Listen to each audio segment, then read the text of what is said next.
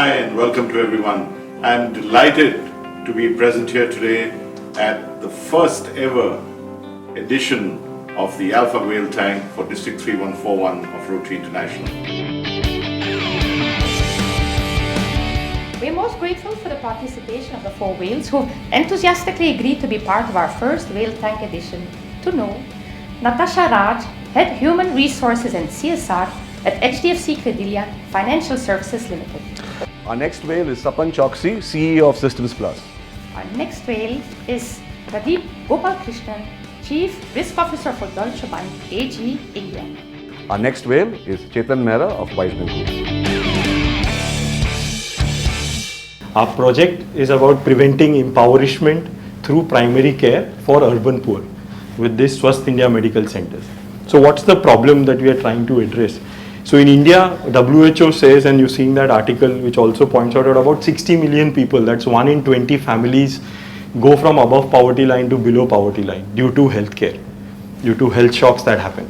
At the same time, we are also seeing more and more people falling trapped to these non-communicable diseases. So India is facing this dual mix where we haven't recovered from communicable diseases, but we are seeing a lot of this happening. So we're losing both our health as well as our wealth.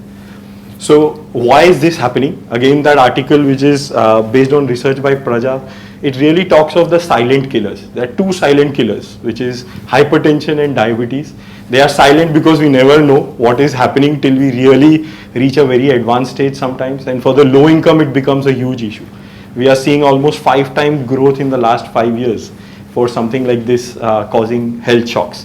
What this results in once this happens is that this can be solved through primary care. We typically think the solution of this lies in big hospitals, but really it's about detecting early, managing these conditions early. And world over, in most developed countries now, primary care is where this is being addressed. And that's what we want to get to. But then when we look at our primary care infrastructure, particularly let's say Mumbai as a city, we find it's hugely under. So there's about 20% only is what we have, what we need to have. And that also is understaffed. That's what the data is suggesting. So what happens? The low income is left at the mercy of private care providers which charge exorbitant rates. So it's almost like at least 500 to 5,000 is a consultation fee of a specialist, and the cost of medicines also keeps increasing, anywhere from again 500 to 10,000. So our solution is looking at this so that we can prevent this impoverishment. And the solution is this, a Swasth India Medical Center, which is a one-stop shop just around the corner, neighborhood primary care clinic. No frills, focused on the low-income segment. So this is right in the community. So just to give a sense, today we have 16 centers across Mumbai. These are just a typical like a 200-250 square feet facility inside a slum, right next to a kirana store or where people will go for their vegetable shopping. It's just very, very accessible to them. What is inside is this, there's a team of 3, a doctor, a nurse and a receptionist. All the medicines are stocked, and that's what you're seeing some of that. Just to give a sense, there is no compromise on quality. My mother's hypertension also is managed here. So we make sure that the quality medically is sound. There is no frills, that's all. In terms of pricing, all our services are without a fee. So the model that we have adopted is that we don't charge a fee, but we do request for a donation from the community itself. So after they take a service, we say we are a charitable trust, so can you donate something?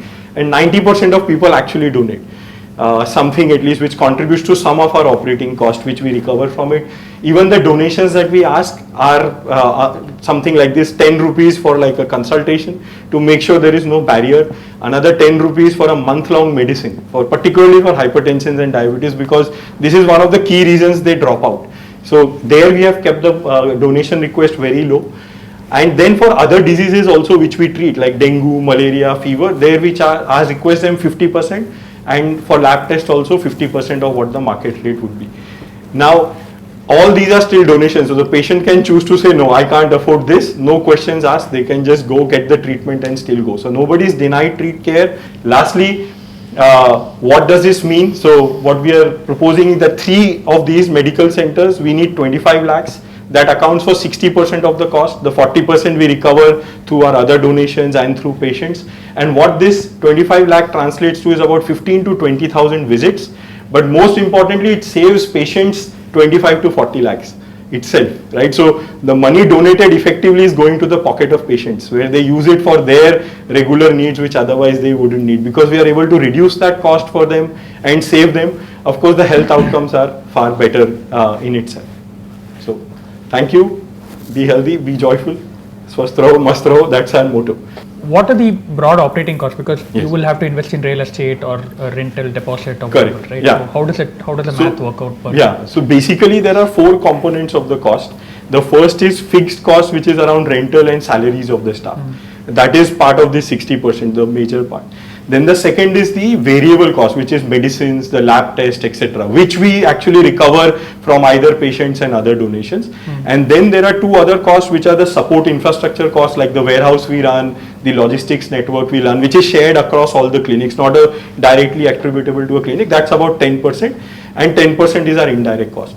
So this 25 lakhs has 2 components in it, which is firstly the fixed cost, the rent and salaries, which allows us to make sure that the clinic is running, because once it's there, people come, and then we recover the variable cost and the 10% of our indirect cost. The rest 40% we fund through either patient collections or retail donations and other things, in which we are hoping as volumes go up, that component will also keep increasing. Swasth India is an NGO. Yes. And these doctors are employed by the NGO, right? Yes, by us. And are you able to get the right talent? Yes. The medical staff? Yeah, so we are quite particular about that. So we work with primary care physicians, and that too we work primarily with BAMS and BUMS doctors, not MBBS doctors. 16 centers across Mumbai. Yes. Where all? So Bandra to Dahisar along the highway, and then Sion to Bhandup along LBS. Okay. That's basically the why that's where we are right now. And for patients who need scans and high cost diagnosis, Right. how do we deal with that? So we tend to now refer them to mostly to the government. One, because in Maharashtra there is this government scheme, Jeevan Dai scheme, so they get free, particularly ration card holders.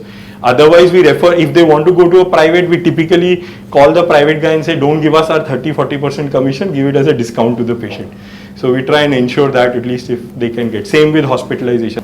So combination of CSR, individuals, and also some grant agencies. So we have an FCRA also, so we have been getting funds from there. Sorry, who are your corporate donors? L&T hydrocarbon was there. There is Nomura has been there in the past. So I was working at McKinsey and Company after my graduation from IIT. So at McKinsey, I did most of my work in healthcare in the development sector. So serving clients in healthcare, I basically saw the system from inside, and working in the development sector showed me what's happening because of that. So at some stage, my dad also around that time was detected with cancer. So going through the system as a patient's relative, I just saw how disempowering it is. So even with all the resources, you really beyond a point can't do much. There is very little one can do. So that sort of gave me some motivation to say something has to be done. Can we develop an alternate way of delivering the same thing, which is more protocolized, more standardized, more accountable? And that's how this started. Oh, it was a wonderful experience. I've always seen Shark Tank, and when I heard about it, it was like, wow, this is something really good, wherein the NGOs will get a great opportunity. I think it was a great experience for me too, right from the beginning. So not just today, but I think the overall experience, how well it was organized, thought about, so it was very nice. We are doing some good work, so to keep doing it, I think that's the encouragement we need to keep going on. So I think this was a great opportunity, as I said, very well organized. It helped us also become sharper in our presentation, in making it really crisp, making it very relevant. The questions were very insightful as well. So it's always good to be in these places where it pushes us also a little bit. So.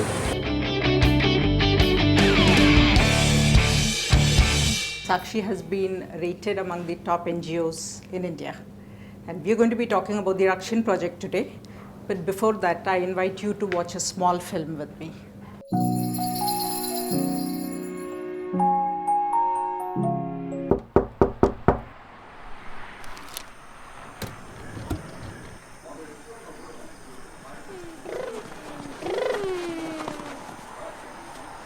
Hey monkey, इतना जम क्यों कर रहा है? You know ना, Santa to call your gifts back. क्या? क्यों? हाँ, Santa से तरुण तो ज़्यादा nice boy है, और तू तो बहुत naughty हो गया है ना, तो why gifts?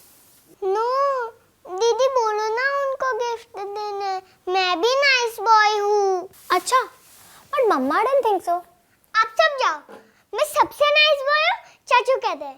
वो सांता को भी बोलेंगे. अरे चाचू क्यों कहते हैं? तूने ऐसा क्या कर दिया भाई?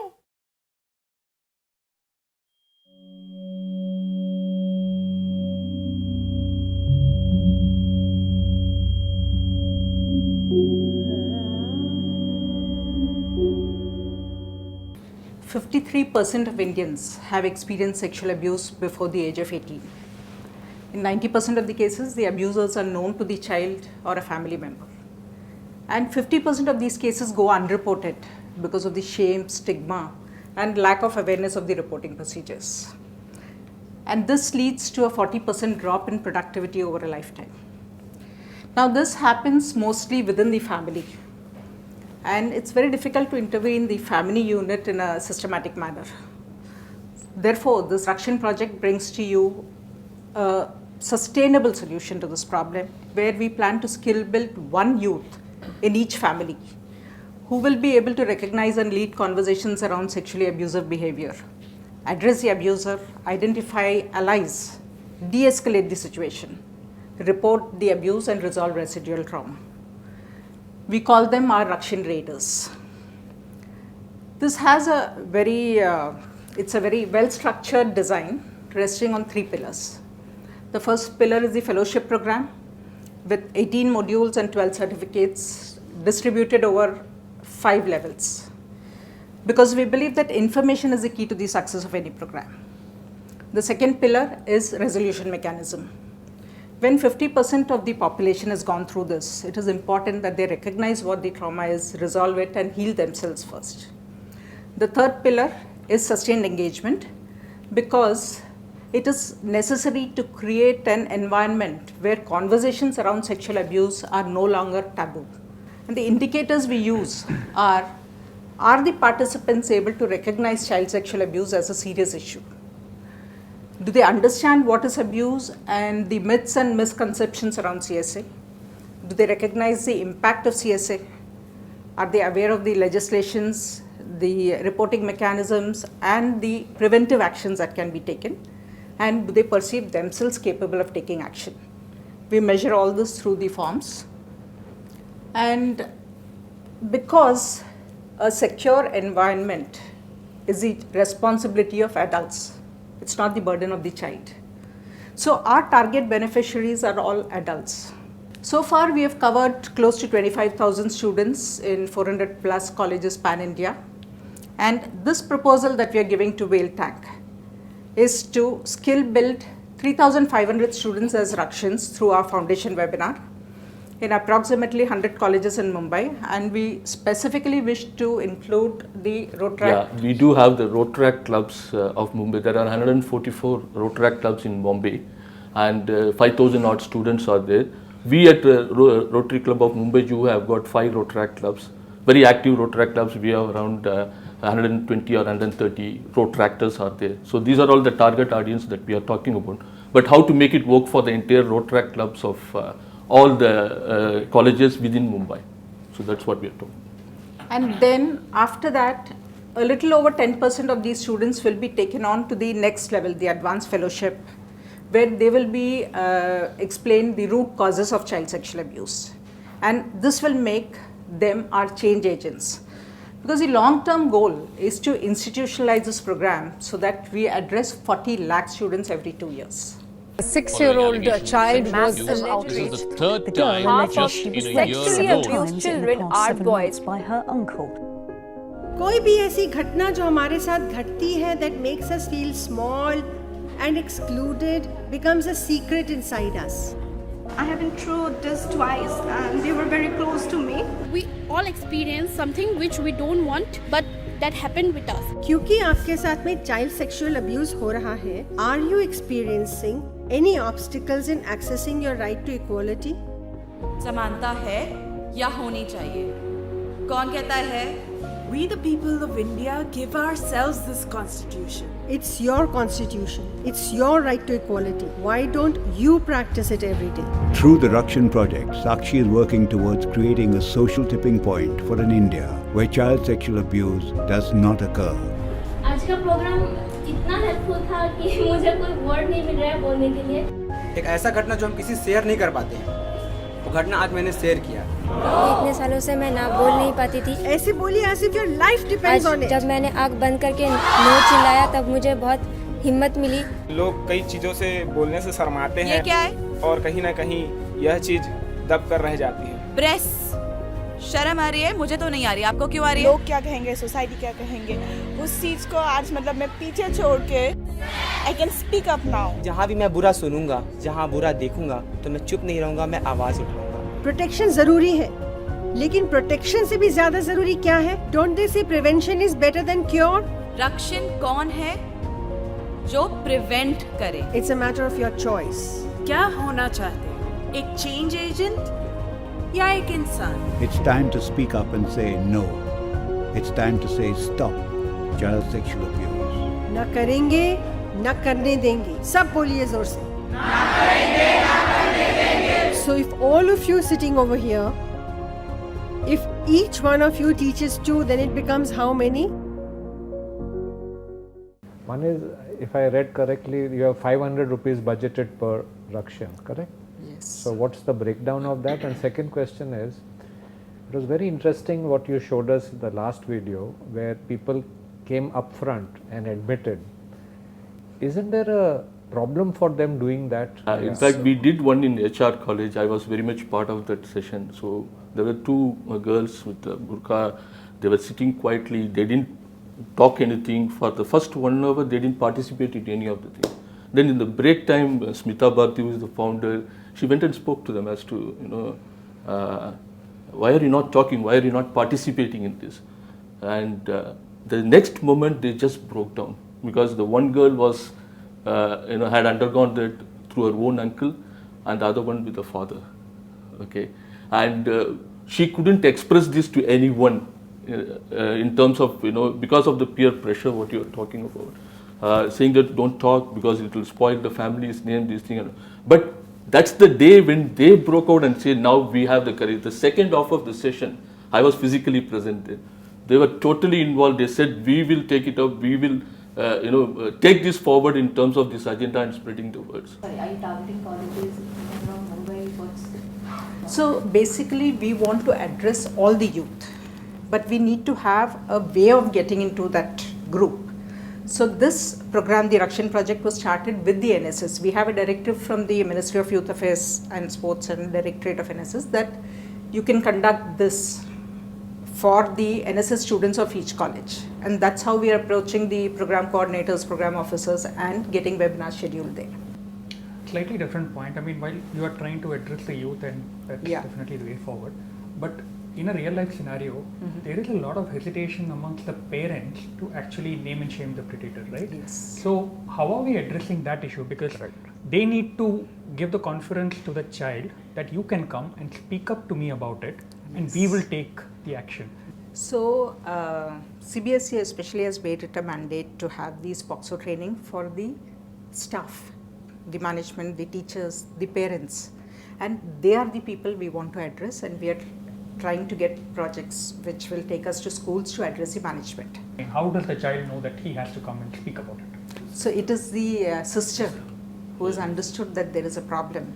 She will be taking it to her parents.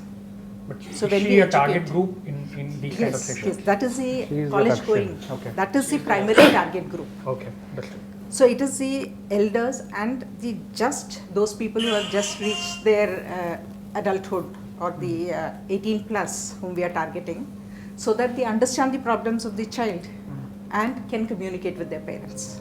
I think one of our larger agenda is to go to corporates for CSR funds, and I think this has given us more confidence in terms of. But I hope there are whales sitting on those corporates also, like how they patiently listen to us.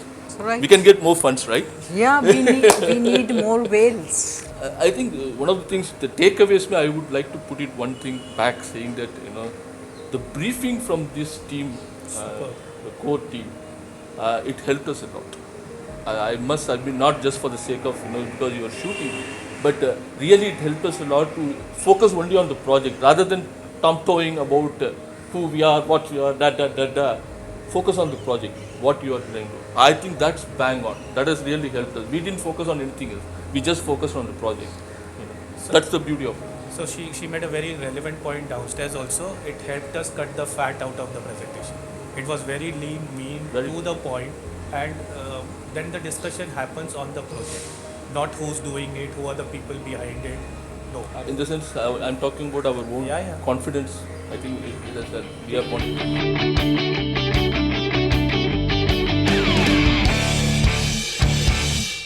Just wanted to know how many of us do actually see people with disabilities out in the open, working, having a regular life. Do we actually see a lot of them? Yes, we do see it in the West, but not really in a city like Mumbai also, right?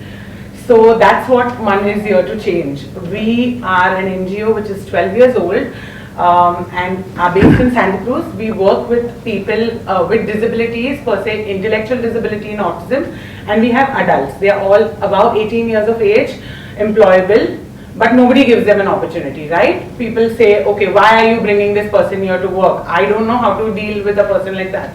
So we are here to change a bit of that. So just to give you an example of Neha, Neha, when she came to us a few years back, was addressed as Vedi. That means mad in Marathi. And the minute her mother came and said, yes, I want her to get admitted here, she said, sab log usko Vedi bulate hain. So we were like, okay, but what's her actual name? She said her name is Neha Katkar and wants to get admitted. She came in, we trained her. Today she works at Bombay Canteen. She earns more than 16,000 rupees a month. She has an identity of her own. She's called Neha Katkar, who works at the Bombay Canteen. And people of her area who used to call her Vedi now ask her to get them a job opportunity at the Bombay Canteen, right? It's such a renowned restaurant. So 1 out of 8 children do have a neurodevelopmental disability in India, and moreover it's common amongst people who come from low socioeconomic backgrounds, right? Because they do not have the opportunities to go out, to get therapies, to have the kind of training. They all mostly go to a BMC school where they do not get the kind of training that they actually require. They require one-to-one special education, which is not possible due to their financial conditions. So we take them at the age of 18 years where we provide them with vocational and vocational training and provide them with a livelihood opportunity, because most of them are sitting at home. They do not have an opportunity to go out in the open, get trained, live a regular life, enjoy age-appropriate activities like any one of us.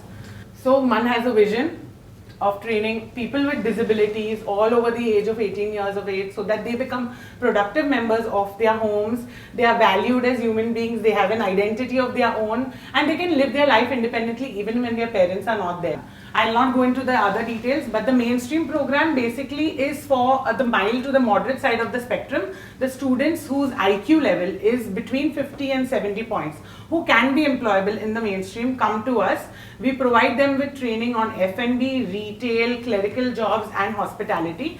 Look for opportunities for them and eventually place them in opportunities. We also give them on-job training. Sensitizations are provided to the employers and the co-workers, because it's not necessary that everybody who's going to work with them understands their needs and understands what their disabilities are. We started training online. That's when we realized that we could really go far. And very proudly want to tell you all that Inox is now going to start employing, after taking 11 candidates in Mumbai, is going to start taking candidates from Bangalore, from our partner as well. And along with the workability training, we also give them livability training. So it's not just important to go to work, right? You have to know how to groom yourself. You have to know how to maintain hygiene standards. Now the COVID restrictions, all of that in place. So making sure that they learn how to live independently throughout. For the 2 projects of mainstream training and employment and the NGO partnerships. Who takes all the training? How big is the training team? So we have 35 staff members who look after the training of different projects. So we are entirely a team of around 40 people. And these are all special educators? Yes. All the trainers are special educators. We ourselves are special educators. And you mentioned that your target is to train about 5,000 by 27, right? So what are the constraints you have? I mean, obviously infra and all of that. So I just want to get a little more details in terms of... In Mumbai, it's basically space. Okay. Yes.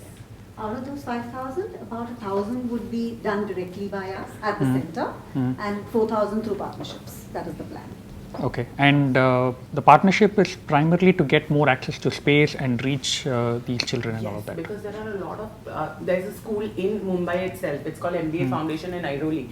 They have huge amount of space, but they do not do employment. So why are we struggling with, finding more space in Mumbai when we can access, right? So we started training their trainers on how to train their students for employment, and that's how they are doing it. Okay. And then we will only help them in looking for opportunities, because we have places in Navi Mumbai also who are willing to give us jobs, but our students can't travel. You mentioned about Inox Yes. looking at you favorably. So where are the other ideas coming from? I mean, in terms of creating more opportunities for. So I think Rotary has changed the game for us. We were struggling with 70 students sitting jobless at the center after COVID in March, and we didn't know where to go. We were going and knocking on doors, but it was not really helping. And that's when they said, yes, we will help you all with, we went, we need help with this. Give us connects where we can connect to people who will give us opportunities, and that's exactly what they did. Okay, and the funding requirement which you mentioned, where is that exactly? I mean, I saw a slide on 42 lakhs. Yes. So where is the, what will be the broad breakup of that? Yeah. Largely it's people cost. A lot of it is people cost, and then some administrative costs, etc. So 42 lakhs was for one program, and there was another 25 lakhs for the partnership program. Right. Sorry, I didn't notice. What was the 42 lakh for? For the mainstream program. For the mainstream Training program. of 100 students and placing 60 of them. Okay. Okay. And that is over a period of what is the time frame? For the year. For the year, April to March. Okay. You mentioned online. So online is a training of the students. So they have a choice, sir. Either they can, mainly it is training the trainer, but if they do not, they have like a language barrier, things like that, then we also train their students. Oh, it was wonderful. We truly appreciate the fact that all of you are giving so much time and making all of this. The arrangements were fantastic. I thought that the briefing was really very thorough. So there were no, all questions were taken, and it was extremely professional. So they listened to us very carefully. Luckily, we were well within time, and there were a lot of very pertinent questions. And we did have one of the members saying yes, they would be interested in supporting. Yes.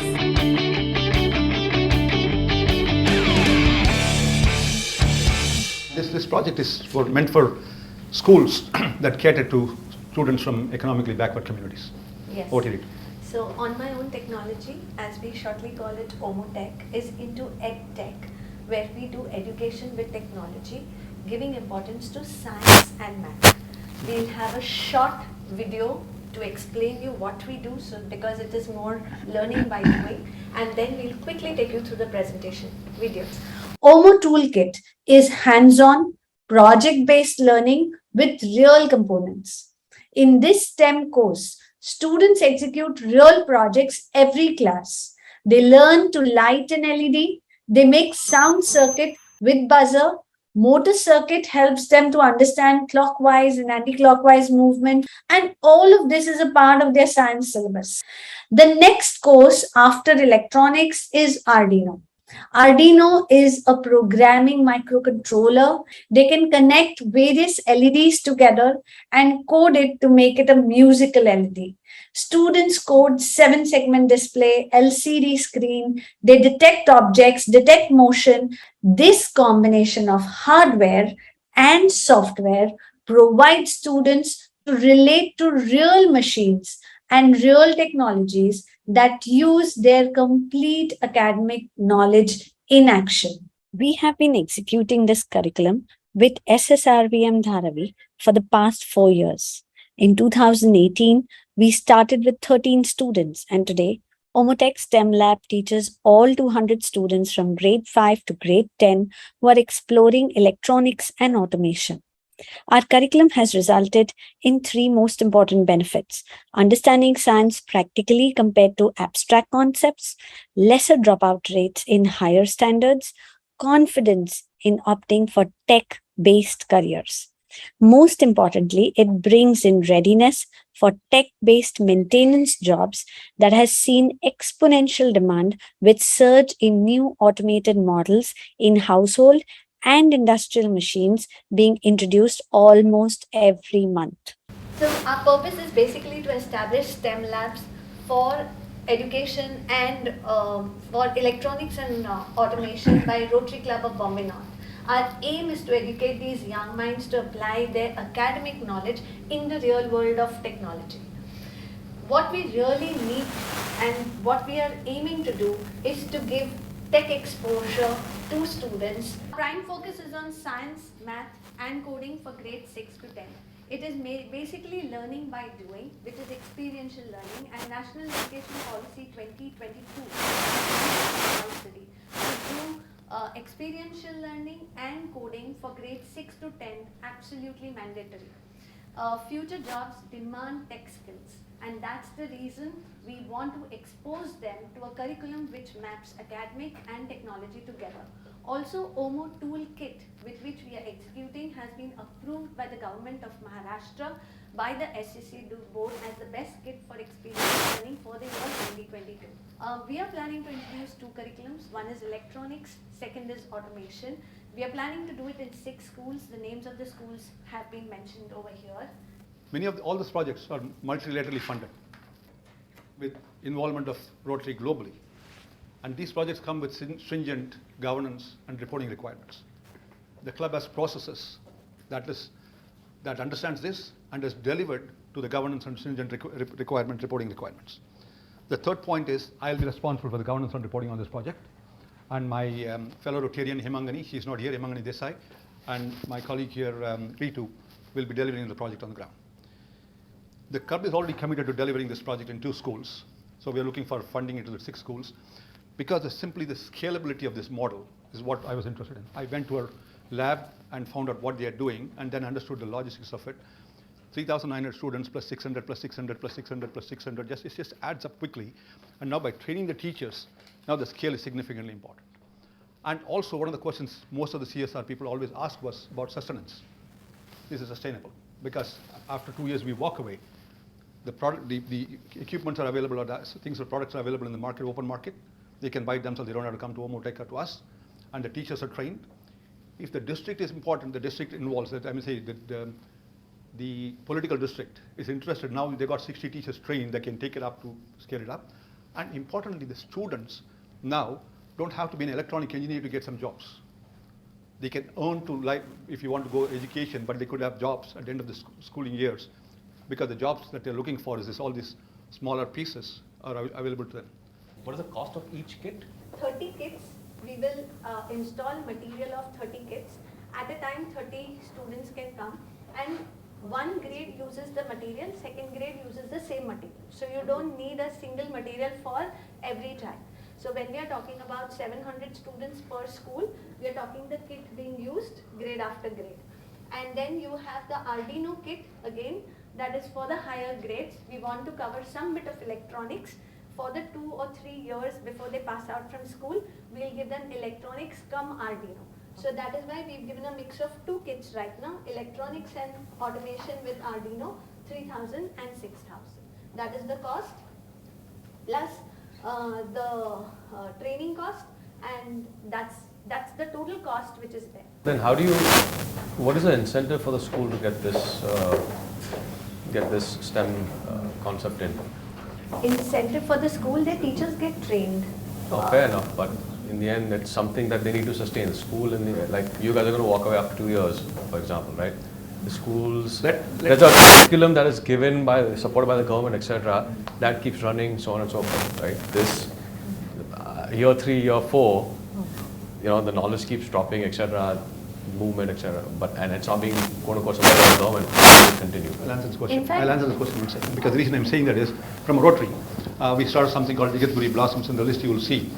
We started about 6 years ago as a project. We're still involved in that's not even electronic. It's just getting a school where children want to go back to, because the schools were not in the shape the children want to go back to. There's no washrooms, there's no facilities, no nothing. So, I mean, assuming even 50% of the government school principals want to do a better job than what they're doing and can't do it because they don't have the money. right? Now, once this picks up, like you said in the other school in Dharavi, the principal said there's significant dropout and there's a reduction in the dropouts because the children want to come back. They want to do more. Now, that also ignites the teachers and the school because there's now somebody ready to help them. Yes, after 3-4 years, some of the schools, if they don't do it, it will be a shame, but we'll continue to work with them and to figure out what can be done. While we want to expand this is what I'm saying, we are used to multi-year projects. The list that I gave you there, all of the multi-year projects, 2-3 years at the minimum I have seen it running. I've been in the club for only 3 years, all these projects are running for 3 years or more. So that way we are engaged, just not walking away from giving something and walking away. Ritu, tell us about Omotech. I understand it started in 2016, right? So is it a for-profit company? For-profit company. Okay. All right. So funding goes up to Omotech, right? It Yes. doesn't go to the school, right? No, it goes to Omotech. Omotech takes care of the school. So as an Omotech initiative and purely as an initiative, actually these Dharavi kids figured out that some of my students had won, so they approached us. So just The contract is done. yeah. The So contract then- is between us and Omotech Yes. to make sure that's why I said I'm responsible for the governance and reporting on this project. So the Rotary Club of Bombay North is responsible and accountable for the delivery of the project as you fund this project.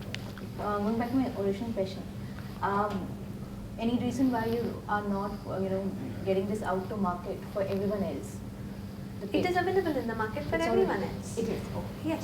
There's multiple schools we are doing. I just wanted to keep it focused. So, Is this the kit, kit so available like where in all Uppal is the kit Sangli, available right now? like in Uppal Sangli, Arividya Mandir School, all these big schools we are a part of their curriculum. No, she's saying it's available in the market. Is it open? On No, Amazon. the products are individually can be sourced if you want, Yeah, but yeah, they yeah. have put together a product here along with the curriculum.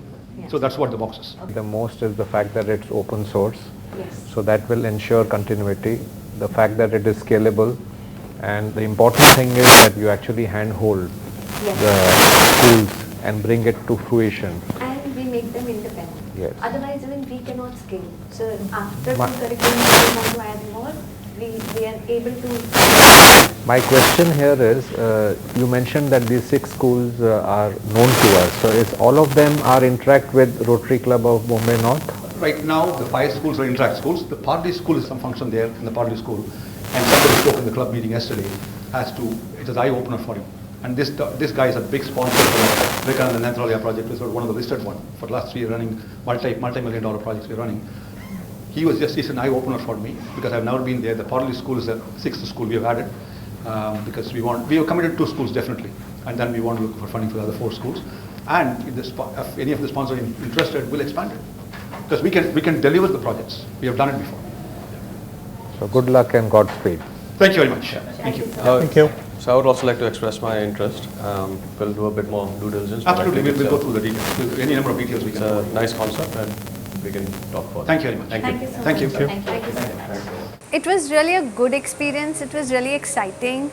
The judges were really calm, composed. They gave us all the time. So it was a fun experience. We could express ourselves. We could explain ourselves.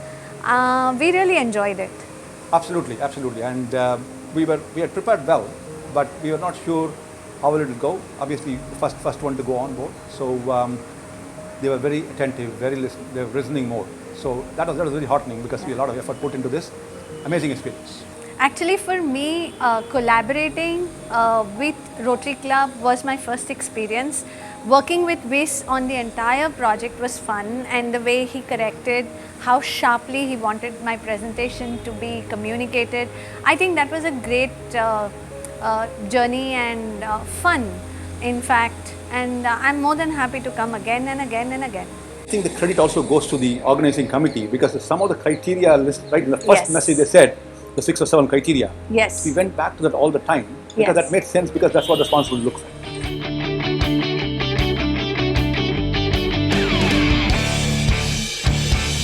So Wockhardt Foundation is a secular not-for-profit organization which has been involved in a lot of philanthropical and social service activities from the time of its inception. And Mobile 1000 is a flagship program, and under Mobile 1000 we envisage to have 1000 mobile medical clinics across the length and breadth of the country. Right now when I stand here and speak to you, we are already operating 204 mobile medical clinics in 21 states of the country. We commissioned our first one, Wockhardt Limited commissioned our first one in the year 2007, and we have already impacted 34.34 million poor rural patients until now. Whenever we start a program, the why of starting a program is very, very, very important. So when we were shifting from Wockhardt, you all will be aware of Wockhardt as a group. We are a pharmaceutical company. We have a chain of hospitals. So the founders wanted to move on from philanthropy to a setup of a foundation wherein they could reach millions of lives and millions of people. So the why of starting a program is very important. So we did a lot of data mining, data digging, and we came up with a little data which actually showed that 700 million people in India live in 6,36,000 rural Indian villages. Preventable and curable diseases dominate the morbidity pattern. So diseases like typhoid, malaria, measles, which are easily treatable, people are losing lives to these diseases. So with this in mind, we launched Mobile 1000 as an initiative wherein the poor people don't have to come to the hospital goes to them. So that with that intention, we launched Mobile 1000. And we have already done a need assessment of the district of Palghar and the taluka. The formula is ADCR. We have awareness, diagnosis, cure and referral. So in terms of sustainability, we always feel that we have to teach the poor people how not to fall sick, the basic thing. And we create a lot of IC material, that is information, education and communication material, which is again pictorially designed, and these are in local languages. So one van caters to around 25,000 patients annually. So these patients are treated free of cost. The diagnosis and the medicines is free, and we are a ISO certified company, foundation, and we do have an ATG certificate. The budget, this is the budget sheet.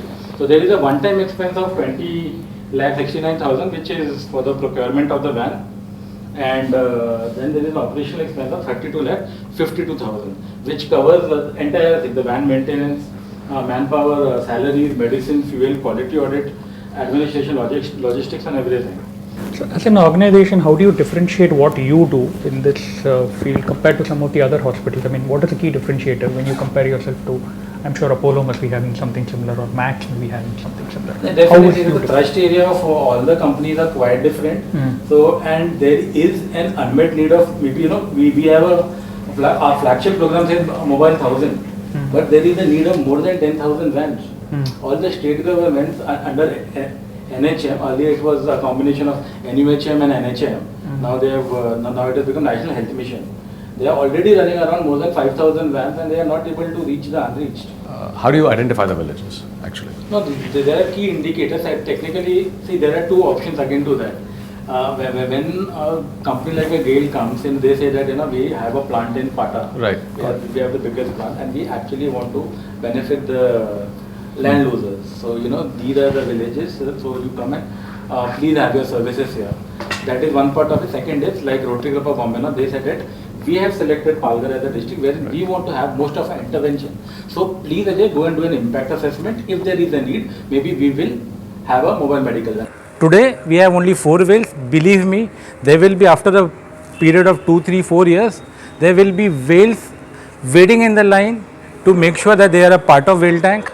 It was all quite professional, and it was up to any international standard, In fact, meticulously done. Could see a lot of perseverance put in by all the Rotary members. I will say that the whales did have an eye for details. That is something that I could figure out. They were patiently listening to the presentation. They were patiently looking at the presentation that was there on the screen. I think they will make a very good decision, and they will support projects which are worth supporting.